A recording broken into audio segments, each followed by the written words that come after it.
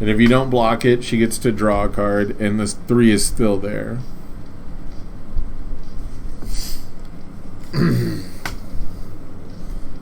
So this is a Air Toru deck that I'm playing versus a Earth Death Arms deck.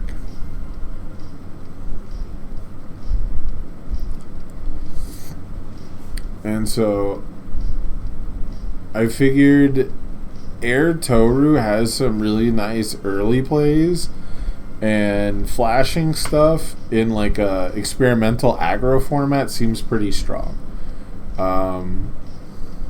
Knowing which attack to flash probably isn't like going to be as relevant as just having the strength of flashing your first setup attack or flashing an attack where you check bad.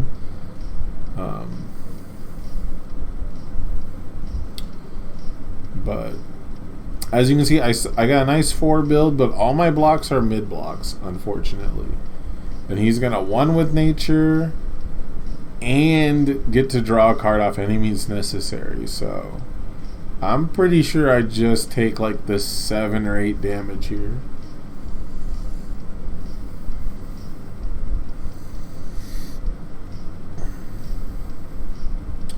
Also, just for a heads up, my rival's going to use all different kinds of colors for dice.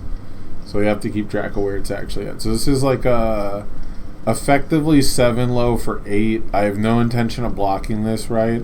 I need extra review steps. If you're wondering why I would send a block on a fucking 10 out there, a partial block on a 10, it is specifically to review an extra card.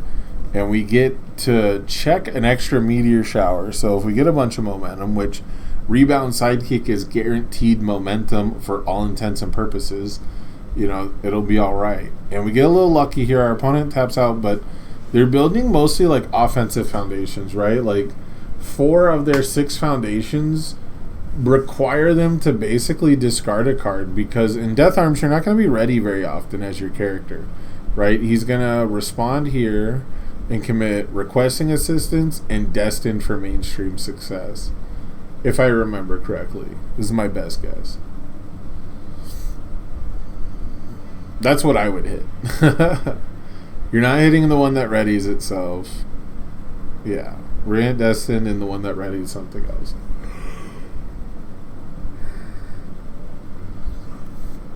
Test the waters, get this high block out of my hand. We have seizing the advantage, which is pretty sick, but there's so many different ways to play this. I zoom out to see how many cards are in his hand.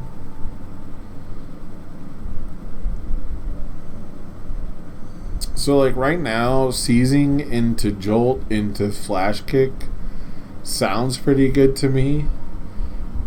Seizing into flash kick is probably the real answer.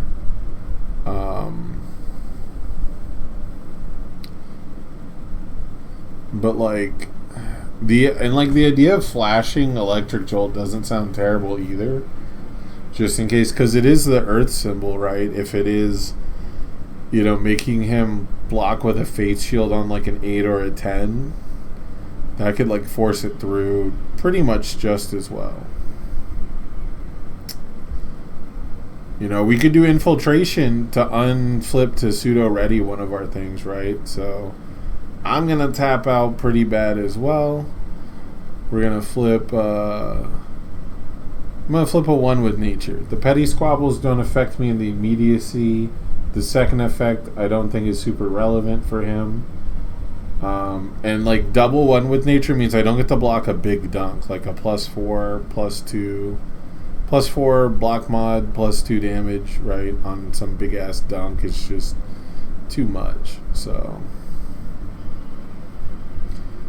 yeah, we're gonna partial block here, which I think it's interesting to use the jab here, but jab is not super great into a deck that you know has breaker 2. And then I'm pretty sure we send the flash kick with the response. Like, it's super risky, but look at our hand. Like, that flash kick is not helping me as a +2 mid block. So, I'm gonna end up tapping out.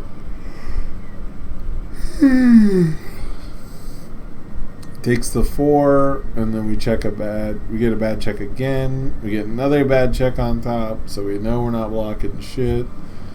And we're hoping that our opponent has 6 hand size issues, basically. You know, this is the kind of thing where like 4 barrage punches with decent checks kills me. You know, 3 attacks with a Texas Smash in between.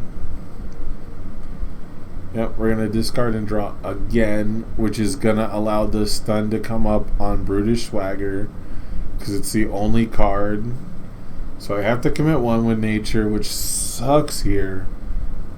Because after the bad check and stuff, I figure he probably doesn't actually have like a kill turn. But it's still just, it makes damn sure that that's not a kill turn. And it makes it so that if he has any more copies of any means necessary, they're going to end up stranded in his hand. You know, he won't have a way necessarily like from stage to discard those. So if those get stuck in his hand, I'm so okay with that. But we both know I'm not blocking here. So it's just up to whether or not he drew like 2 of the biggest damage attacks in his hand in his deck, or like, you know, the greatest 4 diff in a Death Arms deck. And we're actually going to see the 3rd one with Nature come out. Oh, it's a very 3 heavy game.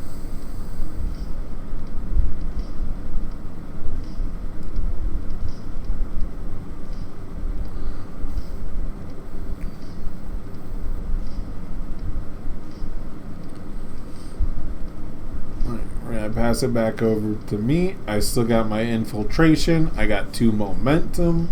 There is some potential to do some work here on the air symbol with 2 momentum, but that's alright. That's fine. I'm cool with getting more established. I wish I had some actual card draw.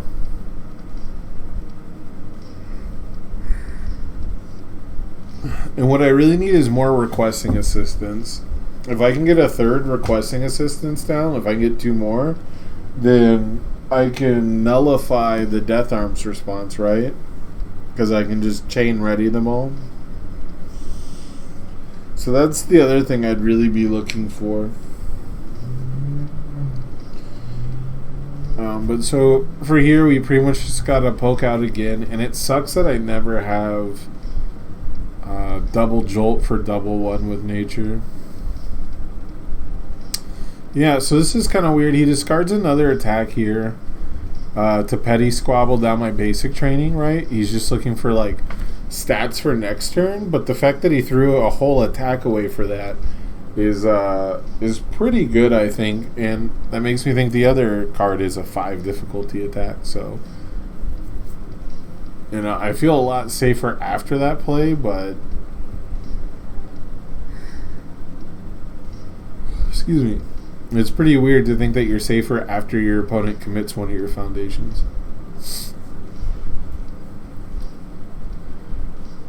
So this jolt's going to hit for 5, and the one wants to block the jolt.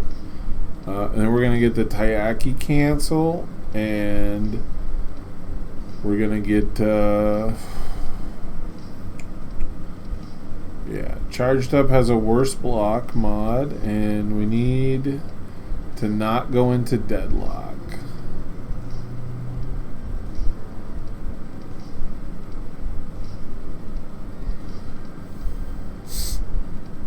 Yeah, so we're chilling right at what, 9 foundations? 3, 5, 6, 10. We're right at 10.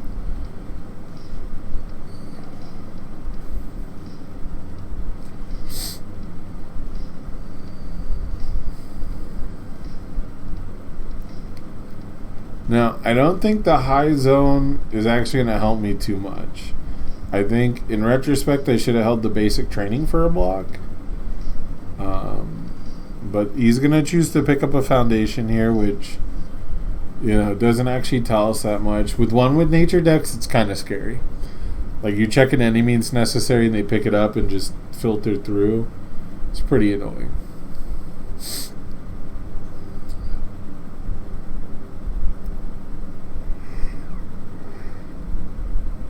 And of course, with Hard Jab, new training method is basically free.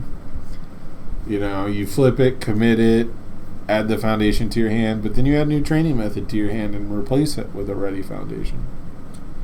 So if I want any chance of blocking stuff, I have to commit one with nature. I really wish I had played it out a bit more. I wish I had felt it out and just seen if he was willing to actually start discarding cards. So that's something I should be a little more patient on in the future in a board state like this.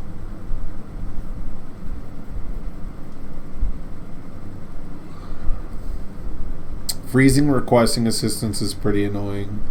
Very annoying that I haven't been able to get more than one out. Of course, even with two, Death Arms commits both by himself, so... I think Earth Kirishima will win Nationals and Bird will be most played. I could see Fire Kirishima winning that, actually. But yeah, Earth is definitely like the go-to still.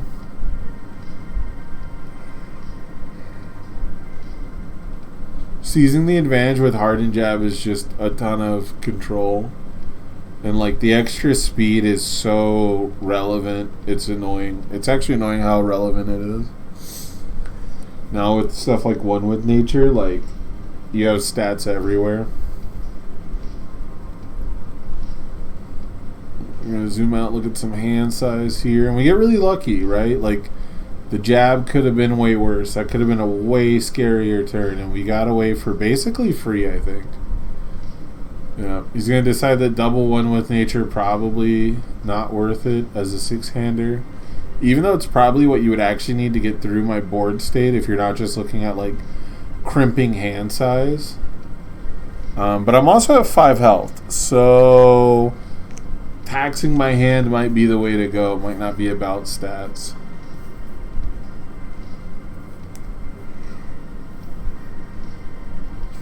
And a single copy of One with Nature is still pretty fucking good at that. Right now I'm looking at what to flip. One with Nature is still a pretty decent flip target, sadly, from this position. I think Death Shiggy was good against Earth Kiri in set 2, but not so sure now that Kiri can send a 7 mid on turn 2. Yeah. Yeah, like the fact that his the fact that he has speed on stuff on turn 2 is just really fucking annoying. That was like the one thing I could say about the deck is like it's sending 3 mids at me. You know, like they're still playing Hard Jab and they're still playing what's the other? There's one more mid. But it was like Chop, Jab, Haymaker, Frenzy, and Texas Smash for most of them. So you could just block the Texas Smashes and be like, okay. You know, block the Smash on the attack that gets +4. Hold your mids for all the Haymakers and Jabs.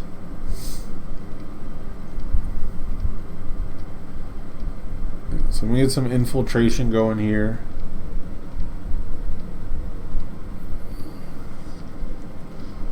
I think if I'm smart, I actually blink the requesting assistance. I don't think that's what I do, though.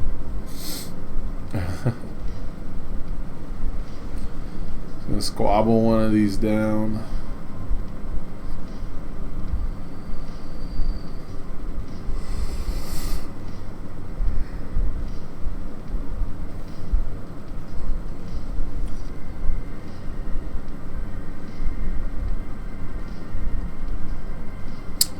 We might have forgot the speed on seizing. I might have forgot to put the 2 speed on there.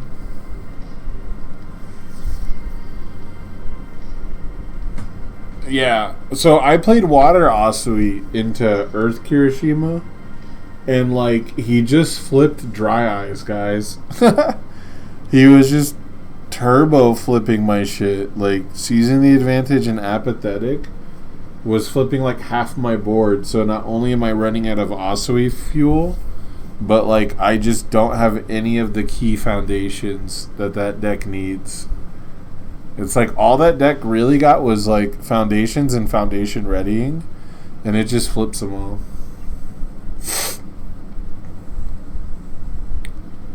I don't know what's taking so long on this one attack. I think I just front load all my stats so I can commit these later.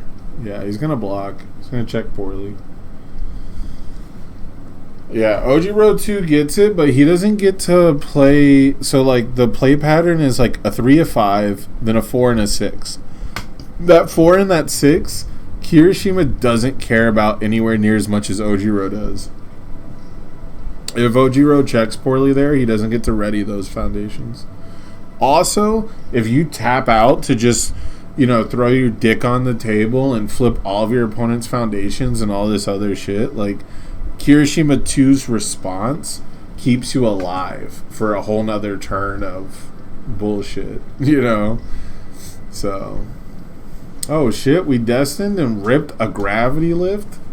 Let's go. That's actually so huge here. What did I blink? I haven't blinked anything yet. Yeah, we're going to put the small limber. Get the juice. I think I just forgot to do the blink enhance on infiltration somehow. Or it's either that or I blinked. It's either that or I blinked destined for no reason. Maybe petty squabbles made me play around shit. I don't know.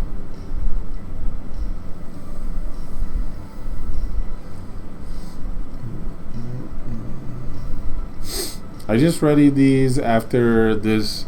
So this long-lasting hits. I charged up and get to ready my small and limbers here. And then I'm stuck with the task of, do I play gravity lift for the stats? Or do I play infiltration for the resource economy? And I'm pretty sure the answer is actually to play infiltration. But if he blocks the infiltration, like, my turn's over and I'm way too open, right? But also at the same time, I'm at 5 life and I don't have a low block. And he's got low attacks. I don't think he's playing Death Arm's attack, though. So I'm going to send out the gravity lift because it is better for a later turn, is the best way to put it. But really, I don't know why I didn't blink the requesting assistance. I don't know what he could have had to fuck with requesting assistance. But I'm going to flash an 8 high for 6 throw.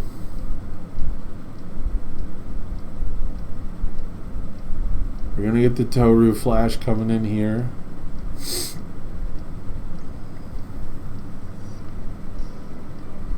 He's going to take the 6, and we're going to do the most gamer move of all time. We're going to see he has 1 card in hand, and if it's a high block, we just win the game. What's the likelihood? He had 2 cards, right, chat? He has a +2 low block that he used, and then he didn't block the mid, and he couldn't block the high. And we're just going to see what's in your hand, bro. We're dead next turn, by the way. Especially after doing this, after playing the 0 gravity lift, we are fucking dead. So, like, our only options there were to pick up Home Run Comet and play it, or flash that attack. Oh, he gets to draw a card. I probably fucked that up. Because he got to draw a card. But he's going to show me 2 highs. Or he's going to show me a high and a mid. Because we got the bonus damage from his foundation. So it's actually lethal on a partial. Which makes that play way better than he just needs to not have a mid. So like, our flash, I don't think I flashed anything that game. I don't think I flashed and blocked anything. I think I took everything. And so sitting on that response, he checked badly, right? And then I didn't need to flash it because none of those attacks were, like, really ramping him back anything.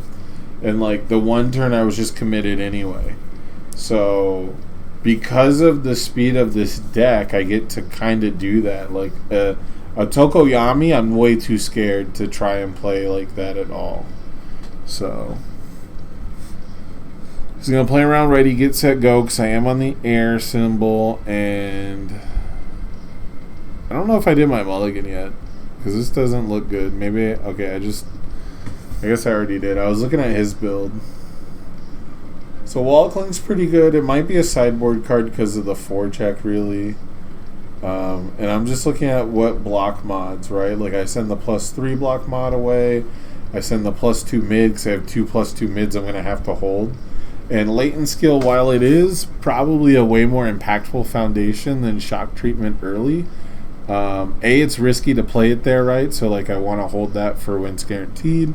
And B, the +2 high block is just a bigger deal. And speaking of high blocks, we're going to get that early chop, but the chop checks a 3 and we don't have a face down, so it's fine. Like, we're absolutely fine here.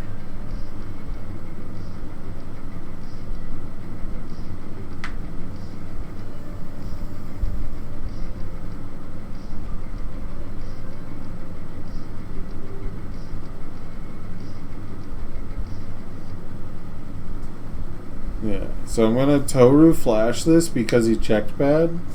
I'm just going to get this breaker out here, and I don't actually want to discard these cards, right? Like, he might have a follow-up, and I'd really like to hold on to this long-lasting for a poke turn. Long-lasting is huge in this deck. If we get to play long-lasting into, like, rebound sidekick, it's like a 6... It's like a 5 mid for 7 flash a lot of the time. And with first impressions, they can get way bigger. So this hand doesn't look super great either. I don't know exactly how you get out of this one. The high blocks haven't been super big in this matchup. So we're just going to wheel this away, which is fine. And I'm pretty sure the answer is just build out. Just build out and keep blocking the 6-hander, right? Nope, I'm going to choose to attack like a knucklehead.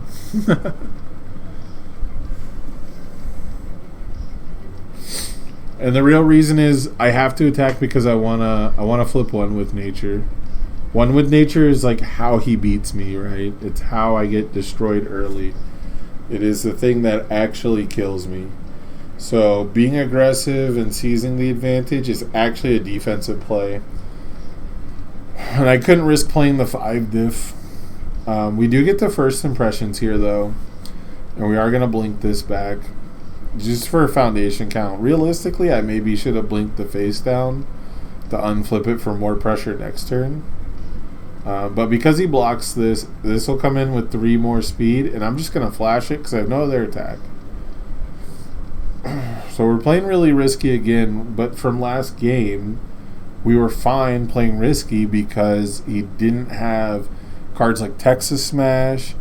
Cards like Hardened Jab aren't just like walloping us turn 2, right? Turn 3. I do end up actually using the response on Toru to debuild him, which was a mistake. I like the overall idea, but he is happy to put One with Nature back in his hand. So like all these plays look really shitty, and they are. Speaking of.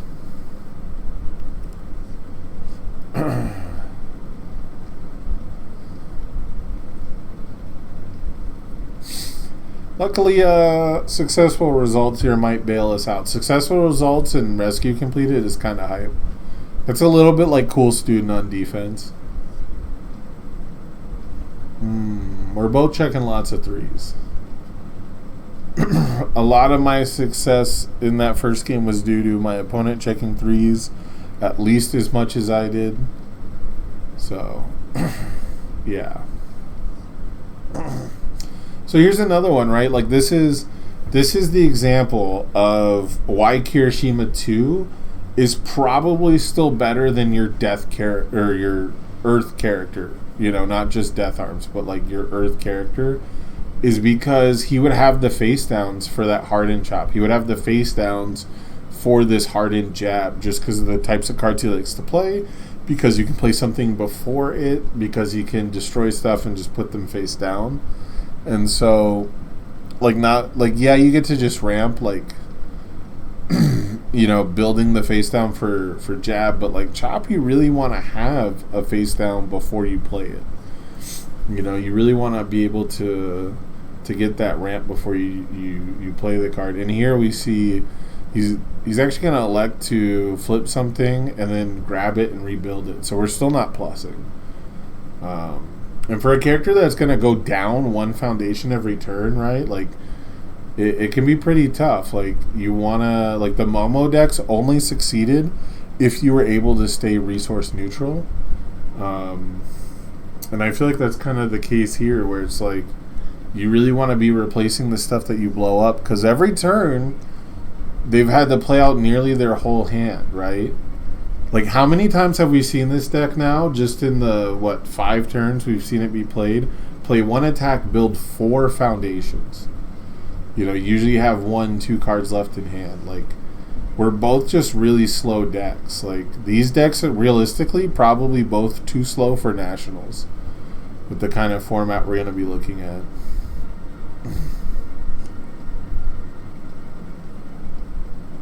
Yeah, and I'm going to elect to hold 2 mids here. Like, normally my greedy ass would be just absolutely slamming the shit out of these spams. But I don't have defensive draw. And I know that his lineup has sick mids in it. Like, back alley, or, alleyway, was it? Back alley haymaker and forceful blow and wind up punch. Like, so I know mid is like a zone I have to block. Yeah, I'm just going to flash this one. I know I can block on a 4. I know I have a 4 on top. It just makes sense. It's probably not the best attack to flash at all, but, like, I don't have any speed hate anywhere, so it is what it is. Then this one was pretty weird. We got Brutish Swagger coming in on a 6, so we don't get to draw from it. We haven't drawn from any other source. I don't know, unless we're expecting a Petty Squabble activation or something. I'm very confused by this play, personally. I guess he didn't play it first because I would have just flashed it as well. I don't know. Like, at least you get something out of the wind-up punch. Or is that force? Whichever one it is, out of the Deku punch. We do have the any means necessary to draw, though, too, so, like...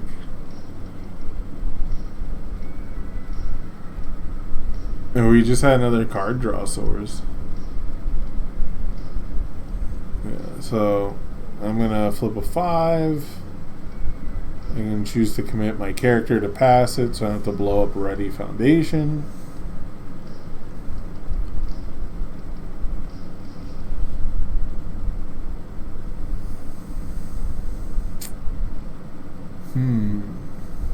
This is where stuff gets really interesting, because, like, I'm not super low, right? Like, I'm still, like, realistically 2 attacks away.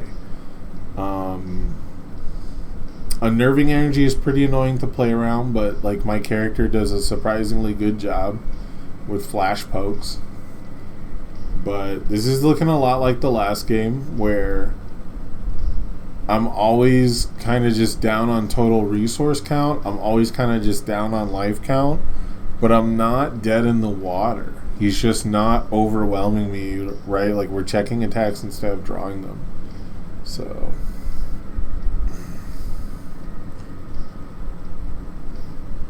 Yep, so the rescue completed is frozen. And he's going to tap down the foundation that flashes an attack. And technically builds me a foundation if he had less foundations. And we're going to tap down that Destined again. Hey, Volky. Yeah, we're rewatching the little bit of playtesting I did. I built this Air Toru deck and tested it into an Earth Death Arms deck. I think both of these decks ended up just being a little too slow for our liking. I don't think that these are necessarily things you would expect to see at Nationals.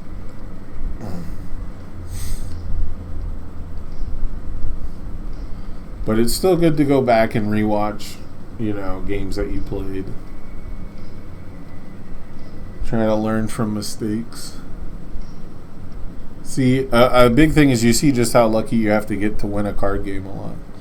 Because this is a huge mistake here. Walking into the Class 1A lineup was a huge mistake. I forgot it counted void. I thought it was evil, death, and chaos. It's evil, death, void. So I get my can't escape me tapped down here. And then we're going to eat the unnerving energy as well, which is fine because we weren't going to attack again. That part's fine. But, like, I should have flashed this jolt because I haven't seen a faith shield from this deck yet. And I'm not really checking discard piles, but all throughout game 1 I didn't see it. And realistically, I should have just flashed. Well, no, because if I flash it, then the enhance means he has any mid block. But, like, he doesn't have a ton of resources, so, like, it's really iffy. But I don't think I should have played into that enhance step there. I do get to build a Destined, so seeing that attack on top, not the worst thing of all time, but it's going to be really tricky because if I want to flash something, I won't get to get it off the top of my deck, right? So he's going to get to do stuff that he wants to do based on me looking at the top card of my deck, unfortunately. I also have only double high blocks. So getting that mid block is pretty cool. I don't hate that. But it's pretty tough.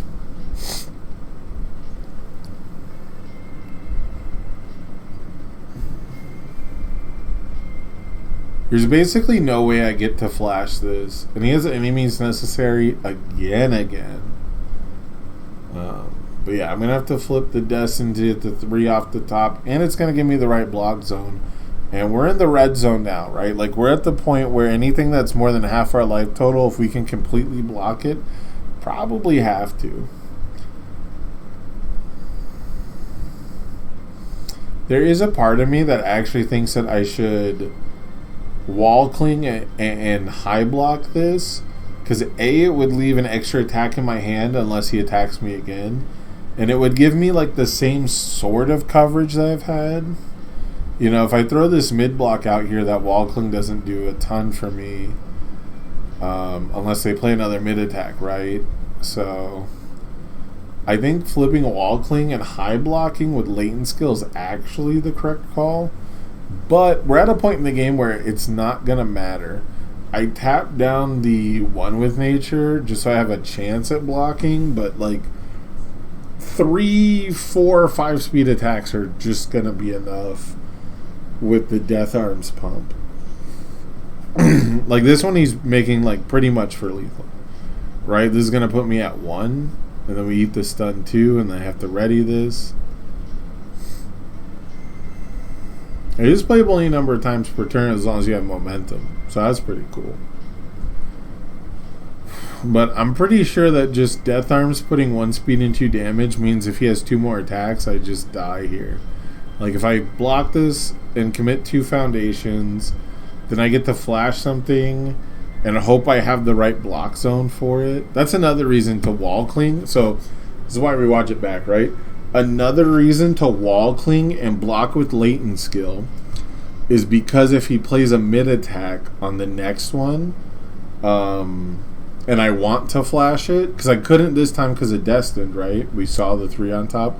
So if I want to flash the next attack, I need to not be using wall cling during it. And I think that's actually what happens. I think that's going to be why I don't. Okay, so I actually just choose to partial this and fail it and go to 1. We had the 3 on top. I went to partial, and I just decided, okay, look, I'm blocking for my life for the rest of the game anyway. Hopefully, like, really what I have to hope he does is play a high attack, which I get to flash, and he absolutely doesn't do that. And so I can't flash this, right? I have to wall cling this because I'm at 1. So I don't get to flash this one either, which means he's going to get to ready a bunch of stuff. He'll get to put stats on it. He'll get to be annoying as fuck about it. Yep, we hit the wall cling. And then I think I can just skip to where he plays another attack and I have nothing in hand, right? Yeah. Yeah, I get killed by a hardened jab because, yeah. So, like, if we wall cling this one, and we just act, because if we wall cling, we're committed to blocking that one too, though, right?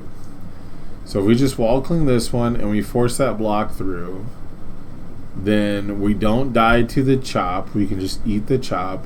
And then that jab gets flashed and blocked. The jab actually would get flashed and blocked, right?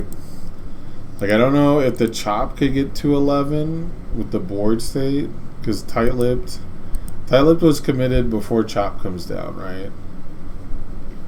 So, like, chop would end up just being 7, we'd be at 4, and then we can flash jab and block with our mid block. So if we actually, as long as we can keep our character ready, you would have had to add a 4th attack if we sequenced that properly. So wall cling, not just for throws and not just for when you don't have the right zone. Sometimes it's there as a strict resource play, and that's actually how I end up using it a lot. I don't really try to rely on it for, like, specifically the zone matching block zone lottery type of games. I actually like to use wall cling where I say, look, I have a +3 block and I have a +1 block.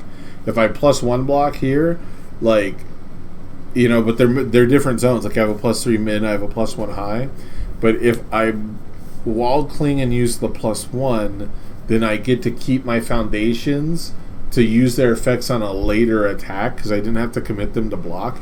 That's how I end up using wall cling a lot of the time, because in that instance, wall cling flipped for -2 speed is how you can look at it. It also makes your opponent think that you don't have a mid block a lot of the times. So that's definitely something to look out for. In this game 3, my hand is so fucking angry, actually. Yeah, this is not good. This is very not good. They only built 3 into Death Arms. And then he gets the new training method build, so he has like a free foundation to pop. But because of my hand is 5 non-foundations, I feel like I kind of have to do this, right? So we're going to flip Proud Scion, because that card is going to fuck on so many of my foundations later on. It's going to prevent me from having any of my speed hate foundations like Specialist of Sound.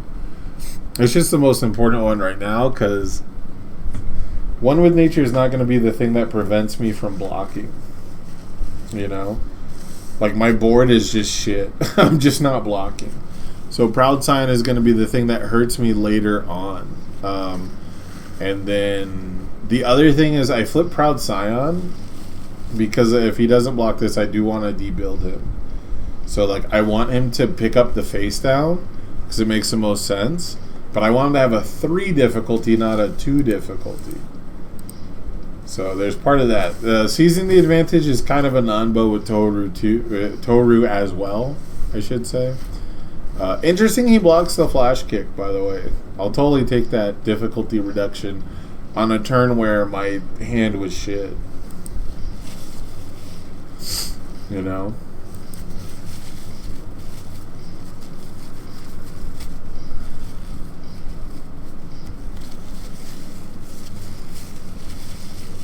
Oh, I disappeared for a second. Ooh, there we go. Alright.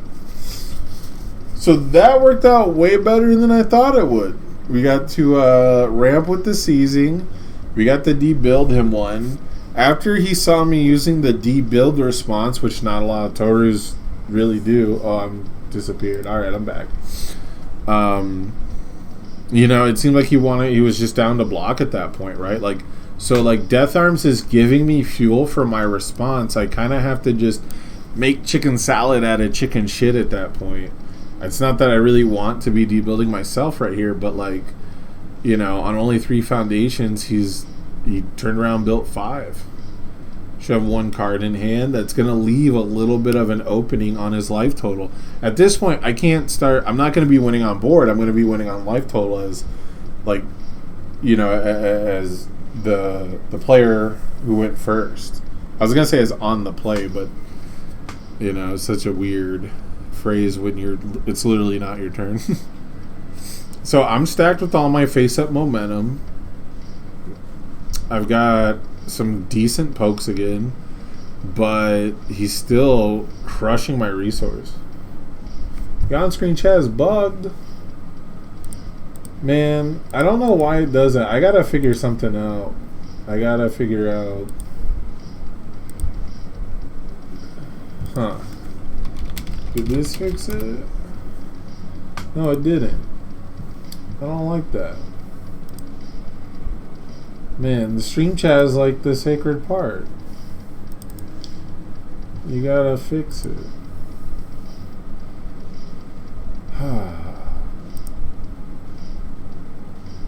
That's frustrating, man.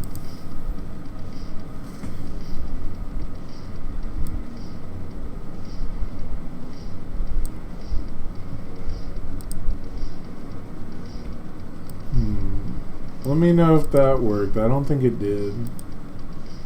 I might have to pop it back out.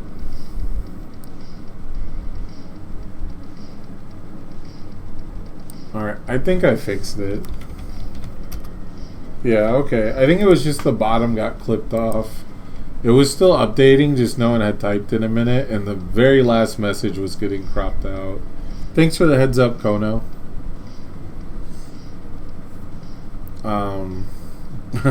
Back to the gameplay. We gotta back up just a second because I just lost all my foundations, right? We get tabbed requesting and Taiyaki. Thanks for the help, chat. I couldn't do it without you. There we go. Yeah, it's working now. Okay, yeah. It was just a bad crop job by me. Alright, so yeah, so we're gonna lose. Alright. We actually lose requesting. He's gonna tap down requesting and shock treatment. And we're gonna lead in with the old gravity lift and hope we check a 5. Because again, like, just building 3 out doesn't really help me here. Like, what helps me is to keep pressuring his life total as long as I can keep my character ready. I've been watching a lot of videos actually on Magic the Gathering's, like, recognizing tempo and understanding tempo, and it still kind of escapes me in some ways where, like, it just still feels a lot like, well, if you have it, you have it. You know, if you have, like, the plays to come back. But recognizing when to hold cards for a later big swing, you know, matters a lot more when you only get one card, one resource, etc. So I'm going to flash the throw. It just makes sense to flash it.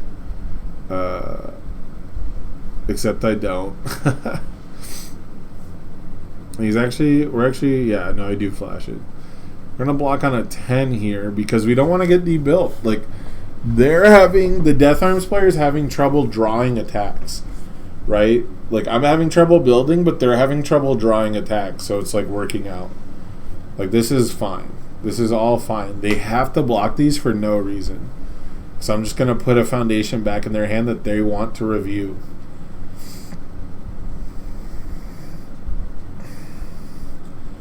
And then I go for the risky 5. We don't get punished. We're gonna take that one just because -3 speed is still a lot, and we're still at full life, and all of our momentum is face up. I have no fucking clue how that happened. I guess that's the air symbol's identity now, is that all the good cards go face up into momentum. But it is what it is. So we're going to check another 3, and so the biggest thing to take away from this testing game is really that my opponent just checked a ton of 3s. Like, neither of our decks really performed or really did what they wanted to do. But so you don't necessarily always have to focus on that, right? You can focus on the decisions that you still made, because these games are still going to happen. And I really hate when people throw out testing. They throw it in the trash. They say, oh, it wasn't good testing, strictly because it was an abnormal game. I get it if it's like someone had like nothing playable, right? Like if they had actually all attacks and had to reveal them and like not play a card on turn 2 or something like that, or like turn 1. You know, going second is pretty much the only way that can happen to you. And so I get where like non-games are not good testing. But at the same time, like bad RNG games, this is both decks, right? Both decks are struggling. So, like, it's still important to know how to dig your way out, especially against a character like Death Arms, who is gonna really take advantage of that. Like, he's freezing my foundations. You know, he paid a life to freeze a foundation there. And opting to block with the Meteor Shower is really interesting here. I thought for sure I was going to slap down the Breaker too, but I guess since I had the -3 and this is on a 5, I just went for it. Meteor Shower not super great by itself, especially with low foundation count, so I'm probably prioritizing the Breaker / the Rebuild for a later turn, especially since Proud Scion means I don't get to have Rescue completed or Specialist of Sound now. Like, I'm just getting all my shit tapped. Right? He's going to commit 1 with Proud Scion and 2 with Death Arms to just tap all my stuff. And so, what's a young boy to do, chat? What's a lad to do? We're just swinging. We are pressuring this life total. If you want to build 4 foundations at me every fucking turn, so be it. Right? We're looking at the cards in hand, and it's every resource. It's cards in play. It's cards in hand. It's life totals. It's cards that are ready. He only has 1 ready foundation. So, like, as much as I can't pass a check to save my life, he can't pass a check to save his life either. And this is what's really fucked up is I'm going to blink back this requesting, and I still need to check a 5 on my next card to get, like, any traction going anywhere. And like the foundation count, I'm still only going to get 1 here. This is going to get blocked. So this wasn't even swinging for a ton, but that gravity lift, oh my god, that gravity lift is huge. So I guess we could check a 4 here actually, but just not a 3. Because now requesting gets to ready something, which is massive. I don't think there's necessarily a great, a good or bad option here. Because it's just passing checks. We need this meteor to hit, and then we need to play the next meteor and get +4 damage to it, so it's lethal, right? Or at least +2. So I would believe that readying the rescue completed gives me the best chance to do that, because I can get +1 speed where it matters. I don't think the right play is to play both these meteors on a 5 and then a 6. I think you're just going to zone check here. Yeah.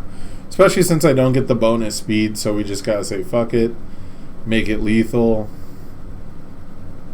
And he's all tapped out. You can see the hand movement. It's not great. We had the wrong block zone and everything. So that's an example of, like, neither deck is performing, and you just have to take risk. And it became, you know, it's the kind of thing where, like, it became 0 risk once we passed the requesting once we enhanced with requesting assistance.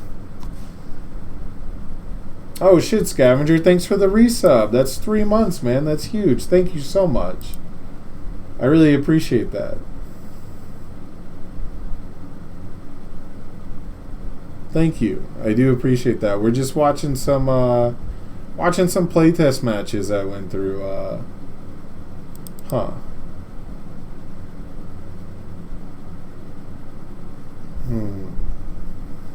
I had an alert box for that, but none of my nothing ever seems to work when I need it to.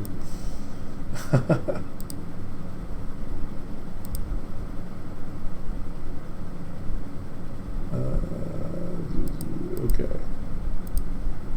Anyhow, thanks again for the sub, man. I really do appreciate that. That's all right. I'm probably gonna take a quick break really soon. I have Tim Keefe coming on for Orange Card, Blue Card in about 2 hours. So I think after this next game, I'm gonna actually take a break, and then I'm gonna come back ready and refreshed for Orange Card, Blue Card. And Tim Keefe and I are gonna talk, you know, probably just about nationals, maybe some of the news that's going on, you know. Tim has been doing an awesome job putting together these little info breakdown videos. Stuff I had thought about doing, but, like, he just has a way better he's got a way better handle on it from me. I was just like searching out the news and like doing it in a method of like I'm teaching you where to find it, I guess, but it's so much easier to just compile it all. And so he's been doing a good job with those. He just did like a great Nats primer, right? So I want to get Tim on and do some evaluation on like archetypes for decks that you might see. And this is one I expect you're going to see, the Ojiro deck. It's all the flavors of Ojiro are pretty good. The one I'm fighting here, I'm pretty certain is the least meta. It's like the least common. I think this is all symbol. Yeah, it's Flex Your Might Ojiro. So this Ojiro is a pretty experimental build, and they don't get a good build again here, right? It's just a million zeros. It's Funny Punch Ojiro. It's an Ojiro that wants to have a bunch of mids. And then my deck is super gimmicky too. My deck wants to build 30 foundations and have 30 momentum, and then tap all your foundations, and then play Extendo Hair, and use Living up to his example to pay for the EX. Like you just tap all your foundations and discard a card instead of a momentum, like you discard from hand. But I don't think that's very good. Like as far as testing for Nats goes, this is not a deck to really try out. This is, again, I myself and a lot of people are in like the very, very, very earliest stages. So this is super funny. We're going to eat the Flex Your Might, and he's telling me to reveal it. But as you know, the rules just changed. You can make the decision. Like I have to decide whether or not I'm going to reveal, and then you have to reveal at the same time as me. And it's pretty funny because he only had a 4 damage attack. And he was pretty upset. But that is the rule now. Correct me if I'm wrong. You can make a player choose their cards first, but the reveal is simultaneous. So and he's just gonna look to move on with his life. And they changed the rules specifically because of that interaction. Because they didn't want players to play Flex Your Might and then go, oh, you showed an equal, you showed me a card from your hand. I'm going to elect not to show you anything. So we're going to review Extendo Hair because it's a super, super late game card. Like, I mean super late game. Like, when I mean 20, 30 foundations, I'm not joking. I really do want this deck to, like, survive through Deadlock. Like, survive until I can actually turn every card in my stage sideways twice. Through cards like Requesting Assistance, through cards like, what's it called? Successful Results. I want to turn everything sideways more than once on a single attack. Yep. And then we're going to get all of our speed resets out. So, like, our defense looks good, right? Like, our defense, we got...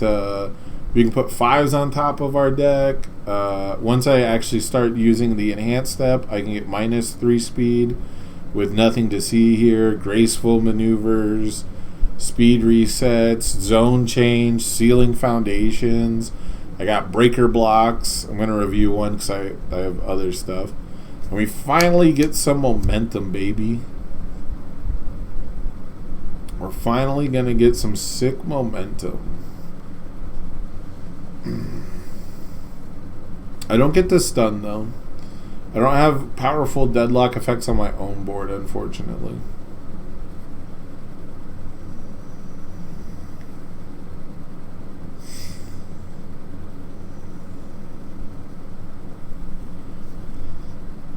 Nothing to see here. Getting committed is definitely a mistake. I really don't want to use the momentum defensively yet, which is my mindset, but having the option is still better. That's still just the truth. I didn't flip the Wealthy Aspirations yet because Double Jolt might be relevant, but we did decide to flip it on the end step because getting the... looking at the It Can't Be Fixed made me realize that I'm realistically not going to be firing this Jolt off more than once. Like, I'm going to be doing it like one time at a crucial moment, And at this point, I just need like actual momentum to start powering up cards like Blitz Rush. you know, to power up that powerful enhance, which by the way is not once per turn. I don't know if people realize that. Denki too, if you can refill your momentum, I could be tripping, but it's not once per turn. You just have to discard your entire momentum is all.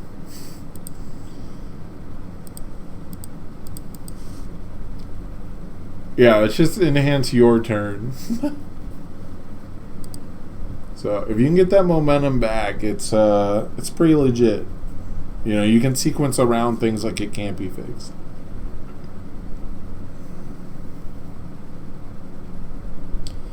So this is the classic Ojiro play. We're going to end up with 2-2 on, 3-3 total, because we're going to add in a rapid punches during a hardened punches. And it's just going to get all these stats. I do get to zuck up a momentum for myself, which is tight. And then I have Cool Student, which is like baby, nothing to see here, right? It's like nothing to see here, which beats speed resets. So that's cool.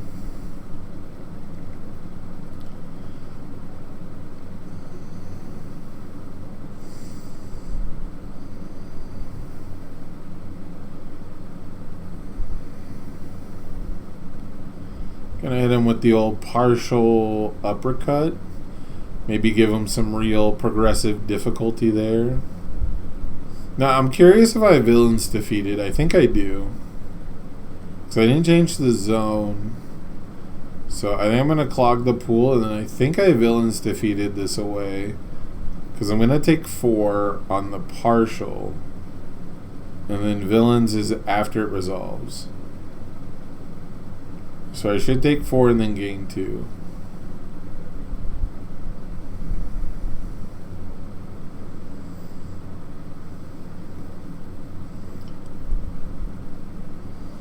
How do you feel about recovery time and other life gain, like super regen, to essentially half block some of the less important attacks? I think it's pretty interesting that you can use life gain to go up above where you started, right? Like, if you take 5 damage, but you respond with 2 copies of recovery time, that's pretty good. That feels nice. It's very cool for like decks that, with one with nature are just making shit super unblockable all the time. So I do think they get better. They got better than they were before. It's still pretty rough though. I still don't think super regen is like a primo card. Like, it's super weird because like super regen is strictly better than a card like Bewildered, right? Well, not strictly, because Bewildered does speed, because I was gonna say I would rather have -3 speed most of the time to just block something, but when you can't block, that's when those cards shine. So it's pretty tough. Having actual damage reduction would probably be better, just because you don't have to take the damage first. But I don't know. Super Regen hasn't made it into many of my decks yet. It always seems to be one of the last cards cut when I'm trying to make it like under 70 cards. Super Regen is usually like the one that gets me there. So it's not the first one cut, but I haven't played too much of it. And then recovery time hasn't worked out a whole lot for me. I like it more as discard hate than like dealing with the less important attacks. Like, I'm citing recovery time because it shits on Villainous Waylay, hopefully. It doesn't really shit on it because drawing random cards is still not good. Friday at Nats? I have no idea. Friday at Nats?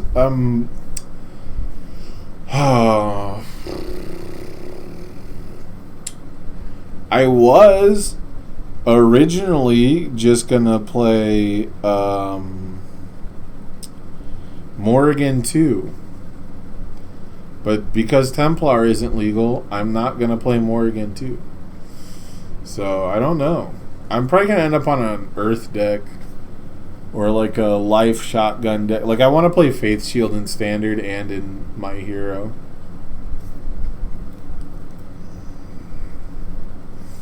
I might play Hellfire Impalement, run that back. So I played Hellfire Impalement in singles at Worlds 2020. And that was fun. A lot of people are talking about playing this fucking Twisting Azure Inferno bullshit deck with 50 action cards. So I might just side Toru. Perfect Evolution all. What the fuck does that mean? Who the fuck? What does that mean? What the fuck kind of Perfect Evolution? Oh my god, you're gonna make me go to Ultra.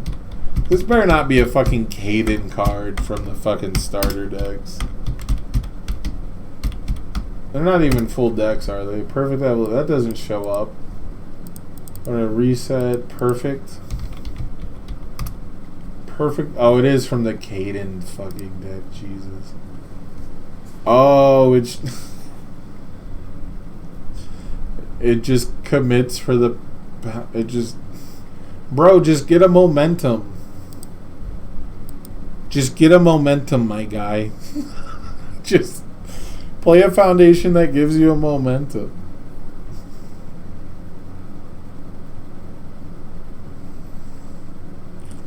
I did think about Fury Throw's All Might 1. Because he can put powerful on a throw. I did think about that actually, yep. I did think about that. We did think about the Pippa Smash but with a throw. But that's why I want to play a Face Shield deck, actually. So that is exactly why I just want to play Faith Shield decks. Hilariously, Mezzo Shoji 2 might be pretty good in Standard because he can like just remove 4 counters and super block. Yeah, I guess you could play both in that deck, but like you don't have speed. I don't know. You don't. I guess in Standard, Earth has hella speed hate. How am I not taking damage on this turn? Oh, these were added? I have no clue what's happening in this game that we're watching anymore. Why are all these fucking cards upside down? What is he doing? How have I not taken damage yet, bro? I took 4 damage on a partial. And then Ice Stormed? I don't know. That's crazy. Tim Keefe 2 is a pretty big on my radar. This is on a 6, bro. What is happening? This is ridiculous. And it's gonna be like +5 +5 by the end of it. +4 +5.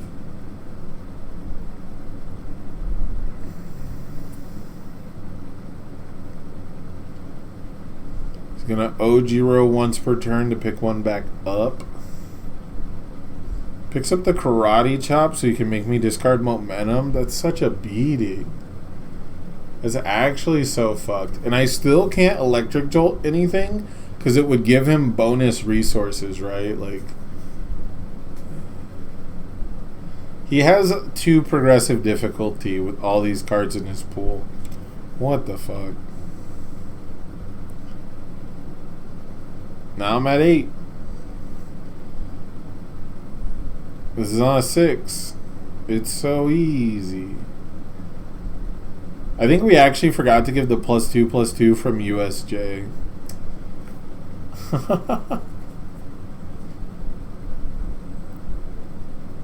Yeah, it is pretty crazy I died through that.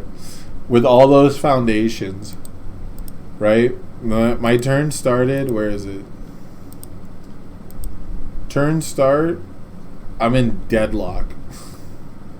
I'm in fucking deadlock. I'm at full life. I'm at deadlock. I have bonuses to my checks. I have speed hate. I have a zone change. I can seal something. Oh, I end up sealing snack time. Yeah. So I would get fucked way sooner if I didn't seal snack time. Yeah. Where is it? It's over here, right? Because I go to block and it's just really fast. And I have to tap half my stage to block his first fucking attack. And then I get rid of it to gain some health back, right? Or I guess I didn't actually villains defeated there when I should have. Yeah, I guess I could have. I waited on it because I wanted him to have difficulty when I should have just actually villains defeated, but it would have made it exact lethal instead of what it was. Yeah. Oh, showing off makes this not count. Okay, so we did do the USJ here.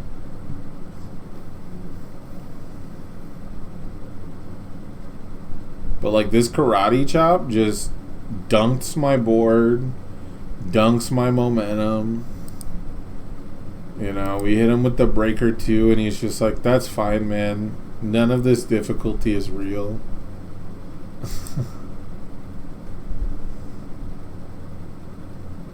So it was 1, 2, 3, 4 attacks. All of them for a quarter of my life. No, 5 attacks, because he picked one up and didn't replay it. Yeah, I was pretty surprised at that too, but like, so learning, right? The whole point of this is fix the mistakes. I'm in deadlock. I'm saving resources for later. So like what I needed to do, you said it's crazy I died through a cheerful uppercut. No, it's crazy that my dumbass didn't use encouraging training partner. Right? It's crazy that I didn't prioritize keeping stuff ready. Like it's crazy that I didn't prioritize my life total this early, because he's gonna get momentum.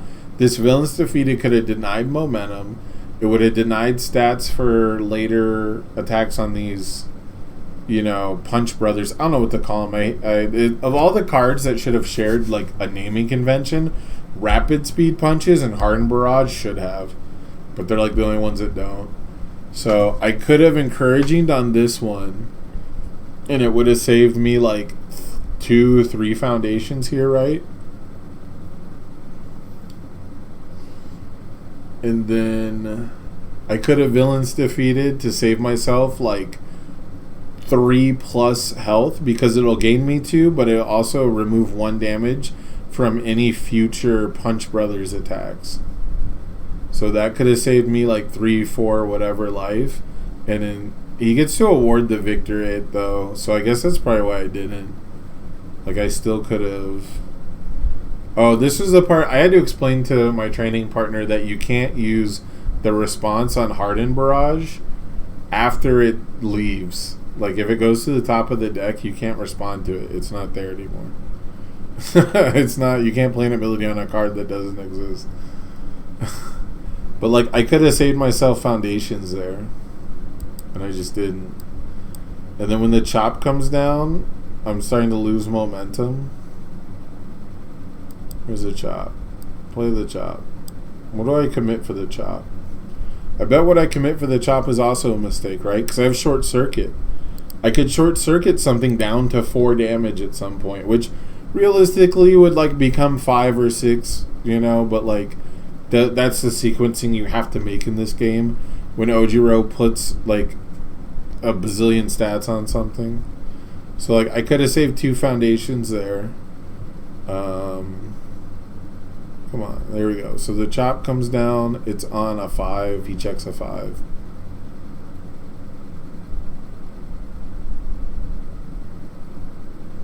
Oh, I think he counted the barrage actually. He committed 1, he didn't have to. Wild. He actually nagged himself a foundation for no reason and still killed me. Yeah, so we're just going to add this back, right? We're going to award the victor, check it, add it back. So now we get the full stun 3 on this combo. And again, I'm like saving resources for later for no reason. I need to be pushing buttons here. and I push all the wrong buttons.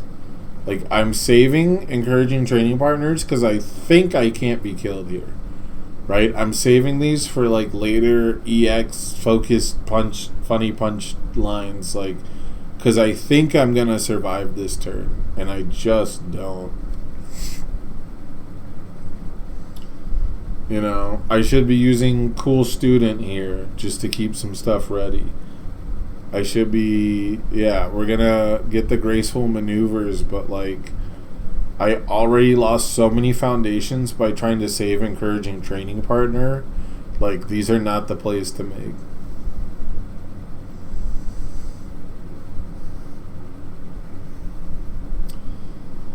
You know, I needed to commit cards like Award the Victor. I needed to commit cards like Student of the Art and just let him have extra face downs. You know? I need to Electric Jolt things that have really good text, like, was it Showing Off or whatever?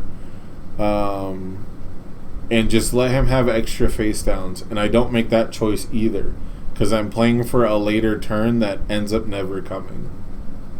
So, there's just some times where you have to swallow your pride and say, look, I don't feel like I'm in danger, but I really am. And that's such a tough call to make. It sucks to blow all your crazy good defense and then just, like, die on the next turn because you survived this turn, you don't draw a kill turn, and then your opponent kills you because all your shit's face down. Like, you know, my requesting is face down, both my encouragings are face down, my villains defeated's face down, my struggling's face down. What is my stage going to look like next turn? Right? I can't push all of these buttons. And unfortunately, it was just so many buttons. And then I check a 3 here, which, you know, obviously doesn't feel great. And again, I could have had more resources ready from using encouraging. I could have used encouraging on this one and tanked the speed basically to 0 with graceful, and then readied graceful again. Like, it is what it is, because this chop is gonna 0 everything out now. So it is crazy I died through Cheerful Ice Storm block. It is not crazy when you consider how poorly I played it. It's not crazy if you consider the fact that I did not think I was in danger, and by the time he plays his second attack, I am in crazy amounts of danger, right? So, yeah, there's just too many interaction points that I played really passively that I needed to step up and just make a decision. But he still has 3 cards in hand, man. Like, these... It's just so wild. None of these were played. Double Karate Chop, just doing solid work. You know, I blocked the biggest one with USJ, the +2/+2. I blocked the biggest one. So, but anyways, I want to thank you guys for hanging out with me, for joining me. I'm probably gonna try and edit this, chop it up, so I can put it on YouTube with just this gameplay part, none of the other streaming parts. But I am going to be back at 6 p.m. I'm going to take a little break. I'm going to freshen up. I'm going to brush my hair, brush my teeth, get all nice and spiffy for later. And then me and Tim Keefe are going to be talking Nationals news. Basically, just going to be talking anything that's relevant. Talking Chrome Rares, talking viral marketing schemes by Jasco Games, all kinds of stuff. So you don't want to miss that. Please come back at 6 p.m. Pacific Standard Time. Hopefully Scavenger is off work by then. And then we can all hang out and chat with Tim Keefe. So anyways, thanks again for watching the stream, guys. Thanks for following. Thanks for subscribing. I really do appreciate all the support. I will